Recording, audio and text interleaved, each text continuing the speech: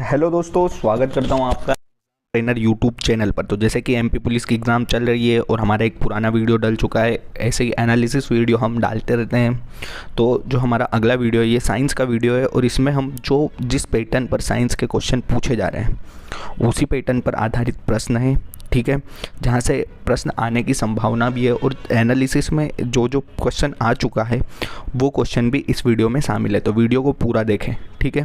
तो आइए ज़्यादा देर न करते हुए शुरू करते हैं।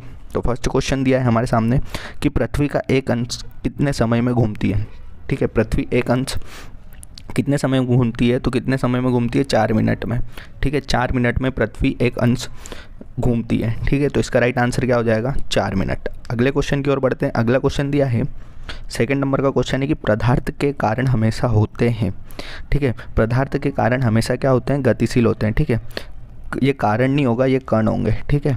कण, जो पदार्थ के कण होते हैं वो हमेशा कैसे होते हैं, गतिशील होते हैं, ठीक है। तो इस क्वेश्चन का राइट आंसर क्या हो जाएगा, गतिशील, ठीक है। और आपको पीडीएफ चाहिए तो पीडीएफ हमारे टेलीग्राम चैनल पर मिल जाएगी, जिसकी लिंक आपको डिस्क्रिप्शन में मिल जाएगी। आप वहाँ जाकर पीडीएफ, इस वीडियो की पीडीएफ डाउनलोड कर सकते हैं, ठीक है। अगले क्वेश्चन पे बढ़ते हैं। अगला क्वेश्चन है कि किसी ठोस का तापमान बढ़ाने पर होता है, मतलब किसी ठोस का तापमान बढ़ा देते हैं तो क्या होता है, गतिज ऊर्जा बढ़ जाती है। जब किसी ठोस का तापमान बढ़ा देते हैं तो क्या हो जाती है, उसकी जो गतिज ऊर्जा होती है वो बढ़ जाती है, ठीक है ना। तो ठोस का तापमान बढ़ाने पर उसकी गतिज ऊर्जा बढ़ जाएगी। अगले क्वेश्चन की ओर बढ़ते हैं। अगला क्वेश्चन दिया है कि जिस न्यूनतम ताप पर ठोस पिघलकर द्रव बन जाता है उसे कहते हैं। देखो, जिस न्यूनतम ताप पर, मतलब कोई भी ठोस होगा वो कम से कम ताप पर जब पिघलकर द्रव बदल जाता है तो उसे क्या कहते हैं, तो गलनांक पुरानी किताबों का कागज़ भूरा किसी कारण होता है, ठीक है। उसे क्या कहते हैं, उसे गलनांक कहते हैं। क्या कहते हैं, उसे गलनांक कहते हैं। और ये अगला क्वेश्चन है, ठीक है, इसको कैंसिल कर दो। अगले क्वेश्चन पे बढ़ते हैं। अगला क्वेश्चन है, वायुमंडल दाब पर वह तापमान जिस पर द्रव्य उबलने लगता है क्या कहलाता है। जो वायुमंडल का दाब पर, वायुमंडलीय दाब पर तापमान का जिस द्रव्य में भाग उबलने लगता है उसे क्या कहते हैं, तो उसे कहते हैं क्वथनांक कहते हैं, ठीक है। उसे क्या कहेंगे, क्वथनांक कहेंगे, ठीक। अगले क्वेश्चन की ओर बढ़ते हैं। अगला क्वेश्चन है हमारा कि घरों में खाना बनाने के लिए प्रयुक्त की जाने वाली गैस कौन सी है, तो कौन सी, एलपीजी। एलपीजी गैस जो होती है वो घरों में खाना बनाने के लिए उपयोग की जाती है, ठीक है। जिसका फुल फॉर्म क्या है, लिक्विड पेट्रोलियम गैस, ठीक है। एलपीजी का फुल फॉर्म है लिक्विड पेट्रोलियम गैस। ये भी आपको ध्यान रखना है, ठीक है, कि एलपीजी का फुल फॉर्म क्या है। और घरों में खाना बनाने के लिए किसका उपयोग किया जाता है, एलपीजी का उपयोग किया जाता है, ठीक है। अगले क्वेश्चन की ओर बढ़ते हैं। अगला क्वेश्चन है कि शैवाल का अध्ययन जीव विज्ञान में किस शाखा में किया जाता है। जो शैवाल होते हैं उसका अध्ययन जीव विज्ञान में किस शाखा में किया जाता है, तो किस शाखा में किया जाता है, फाइकोलॉजी, ठीक है। जो फाइकोलॉजी होती है, फाइकोलॉजी में शैवालों का अध्ययन किया जाता है, ठीक है। अगले पे बढ़ते हैं। अगला क्वेश्चन है हमारा 90 नंबर का, कौन सी गैस नोबल गैस कहलाती है। मतलब जो कौन सी गैस होती है जो नोबल गैस कहलाती है, तो जो हीलियम होती है वो नोबल गैस कहलाती है, ठीक है। हीलियम क्या होती है, नोबल गैस कहलाती है। और आप देख सकते हैं MP police science analysis video चल रहा है हमारा, आपने पुराना वीडियो नहीं देखा तो वो भी आप देख सकते हैं। तो कौन सी गैस नोबल गैस होती है, हीलियम गैस जो होती है वो नोबल गैस होती है, ठीक है। अगले क्वेश्चन की ओर बढ़ते हैं। अगला क्वेश्चन है, पदार्थ को मूल्य कितने तत्वों से वर्गीकृत किया गया है। जो पदार्थ है उसको कितने तत्वों से वर्गीकृत किया गया है, तो कितने तत्वों से, 5 तत्वों से। पदार्थ को 5 तत्वों से वर्गीकृत किया गया है। तो इसका राइट आंसर क्या होगा, 5। अगले क्वेश्चन की ओर बढ़ते हैं। अगला क्वेश्चन दिया है, पदार्थ की कितनी प्राकृतिक भौतिक अवस्था है, ठीक है। जो पदार्थ होता है उसकी कितनी प्राकृतिक भौतिक अवस्था होती है, तो कितनी होती है, 3। जो पदार्थ होता है उसकी प्राकृतिक भौतिक अवस्था है 3 अवस्थाएं होती है। अगले क्वेश्चन की ओर बढ़ते हैं। 2 विभिन्न पदार्थों के कण का स्वतः मिलना क्या कहलाता है। मतलब 2 विभिन्न प्रकार के जो कण होते हैं उनका मिलना, स्वतः मिलना क्या कहलाता है, तो विसरण कहलाता है। क्या कहलाता है, विसरण, ठीक है। 2 विभिन्न पदार्थों के कणों का मिलना विसरण कहलाता है। अगले क्वेश्चन की ओर बढ़ते हैं। अगला क्वेश्चन दिया है, पदार्थ की चौथी अवस्था कौन सी होती है, तो प्लाज्मा। जो पदार्थ है उसकी चौथी अवस्था कौन सी होती है, प्लाज्मा होती है। जैसे ठोस, द्रव, गैस, ये तो हमारी 3 अवस्था हो गई। कौन कौन सी, ठोस, द्रव और गैस, ये हमारी 3 अवस्था हो गई। और चौथी व्यवस्था कौन सी होगी, प्लाज्मा, ठीक है। तो इसका राइट आंसर क्या होगा, प्लाज्मा इसका राइट आंसर होगा, ठीक है। पदार्थ की चौथी अवस्था कौन सी है, तो याद रखना प्लाज्मा है। अगले क्वेश्चन में बढ़ते हैं। न्यूट्रॉन और इलेक्ट्रॉन में से अस्थायी कण कौन सा है? मतलब न्यूट्रॉन और इलेक्ट्रॉन में अस्थायी कण कौन सा है? तो न्यूट्रॉन हमेशा अस्थायी होते हैं, ठीक है, और इलेक्ट्रॉन क्या होते हैं? स्थायी होते हैं। तो न्यूट्रॉन क्या होते हैं? अस्थायी कण है, ठीक है, ये याद रखना है कि न्यूट्रॉन अस्थायी कण है और इलेक्ट्रॉन स्थायी कण है। अगले क्वेश्चन की ओर बढ़ते हैं। 15वां क्वेश्चन है कि परमाणु संरचना का मॉडल किसने विकसित किया? जो परमाणु संरचना है उसका मॉडल जो है वो किसने विकसित किया है? तो बोहर और रदरफोर्ड ने। जो बोहर है और रदरफोर्ड है उन्होंने परमाणु संरचना का मॉडल विकसित किया है। तो इस क्वेश्चन का राइट आंसर क्या हो जाएगा? बोहर और रदरफोर्ड ने। अगले क्वेश्चन पे बढ़ते हैं। 16वां क्वेश्चन है, पदार्थ का परमाणु सिद्धांत सर्वप्रथम किसने प्रतिपादित किया था? तो किसने किया था? जॉन डाल्टन ने। जो पदार्थ का परमाणु सिद्धांत सर्वप्रथम जॉन डाल्टन ने प्रतिपादित किया था, जेडी, ठीक है, इसे जेडी शॉर्ट फॉर्म से याद रख सकते हैं। अगला क्वेश्चन दिया है कि पुरानी किताबों का कागज़ भूरा किस कारण होता है? जो पुरानी किताबें होती है उसका कागज़ भूरा किस कारण से हो जाता है?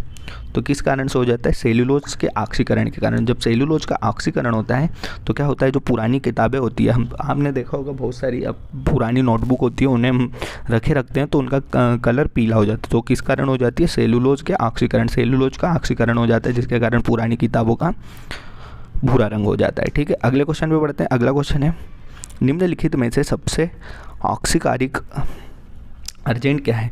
तो फ्लोरीन है। क्या है? फ्लोरीन। ऑक्सीकारक अर्जेंट या फिर क्या है? तो फ्लोरीन है। अगले क्वेश्चन में बढ़ते हैं। अगला क्वेश्चन है कि ऑक्सीजन की ऑक्सीकरण संख्या कितनी होती है? जो ऑक्सीजन की ऑक्सीकरण संख्या कितनी होती है? तो कितनी होती है? 2। कितनी होती है? 2। अगले पे बढ़ते हैं।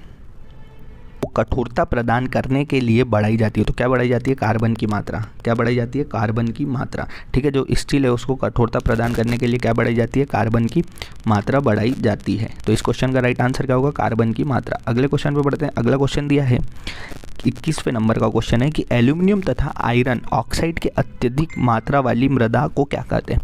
जो एल्यूमिनियम तथा आयरन ऑक्साइड के अत्यधिक मात्रा वाली मृदा को क्या कहते हैं? तो पेड लफर मृदा कहते हैं, ठीक है। इसका राइट आंसर क्या होगा? पेड लफर मृदा। अगला, चांदी हवा में किसकी उपस्थिति के कारण संचारित हो जाती है? तो हाइड्रोजन सल्फाइड के कारण। हाइड्रोजन सल्फाइड के कारण क्या होती है? चांदी हवा में संचरित हो जाती है, ठीक है। तो इसको याद रखना है कि चांदी हवा में किसकी उपस्थिति के कारण संचरित हो जाती है? तो हाइड्रोजन सल्फाइड के कारण। तो ये अभी फ़िलहाल में पूछा गया वाला क्वेश्चन है, ठीक है, तो इसको एक स्टार बना देता हूँ। अगले क्वेश्चन पे बढ़ते हैं। किस उद्योग द्वारा बॉक्साइट कच्चे माल के तौर पर इस्तेमाल किया जाता है? किस उद्योग द्वारा बॉक्साइट कच्चे माल के तौर पर उपयोग किया जाता है? बॉक्साइट किस के लिए उपयोग किया जाता है? तो एल्यूमिनियम। क्या रहेगा इसका राइट आंसर? एल्यूमिनियम, ठीक है। एल्यूमिनियम उद्योग में बॉक्साइट का कच्चे माल के रूप में उपयोग किया जाता है, ठीक है। तो इसका हमारा रहेगा एल्यूमिनियम, ठीक। अगले क्वेश्चन पे बढ़ते हैं। अगला क्वेश्चन दिया है 24वें नंबर का कि पानी में घुली हुई कौन सी गैस उसके क्षारीय बना देती है? ये गलत है, यहाँ लिखना है घोली हुई गैस, ठीक है। तो कौन सी गैस होगी? अमोनिया। अमोनिया इसका राइट आंसर होगा। अगले क्वेश्चन पे बढ़ते हैं। अगला क्वेश्चन है, एथेनॉल सोडियम और अभिक्रिया कर कौन सी गैस बनाता है? मतलब एथेनॉल होता है जो सोडियम से अभिक्रिया करके कौन सी गैस बनाया जाता है? तो हाइड्रोजन गैस बनाता है। कौन सी गैस बनाता है? Hydrogen gas. तो इसका राइट आंसर क्या होगा? Hydrogen gas. अगले क्वेश्चन में बढ़ते हैं। अगला क्वेश्चन है कि वायु का प्रमुख घटक कौन सा है? तो कौन है? नाइट्रोजन। वायु का प्रमुख घटक कौन सा है? नाइट्रोजन है, ठीक है। अगले क्वेश्चन की ओर बढ़ते हैं। अगला क्वेश्चन है, गोबर मुख्य तत्व होता है। जो गोबर गैस होती है उसमें मुख्य तत्व क्या होता है? मीथेन होता है, ठीक है। गोबर गैस में कौन सा मुख्य तत्व होता है? मीथेन होता है। अगला, आर्द्रता किसका मात्रक है? जो आर्द्रता होती है वो किसका मात्रक है? तो किसका है? वायु की नमी का। जो आर्द्रता होती है वो वायु की नमी का मात्रक होता है। अगले क्वेश्चन की ओर बढ़ते हैं। हवा में वेग को मापने का यंत्र क्या कहलाता है? तो एनीमोमीटर, ठीक है। हवा में वेग को मापने का यंत्र क्या कहलाता है? एनीमोमीटर कहलाता है। अगले क्वेश्चन की ओर बढ़ते हैं। अगला क्वेश्चन है, महासागर की गहराई को मापने के लिए किस उपकरण का उपयोग किया जाता है? जो महासागर की गहराई को मापने के लिए किसका उपयोग किया जाता है? तो फेडोमीटर का। किसका उपयोग किया जाता है? फेडोमीटर का। फेडोमीटर का, ठीक है, महासागर की गहराई को मापने के लिए। अगला, तो इसी के साथ हमारे सारे क्वेश्चन समाप्त होते हैं, ठीक है। तो अगर वीडियो अच्छा लगा तो वीडियो को लाइक करें और चैनल को सब्सक्राइब कर लें ताकि ऐसे वीडियो आपको मिलते रहें। मिलते हैं अगले वीडियो में, तब तक के लिए जय हिंद दोस्तों।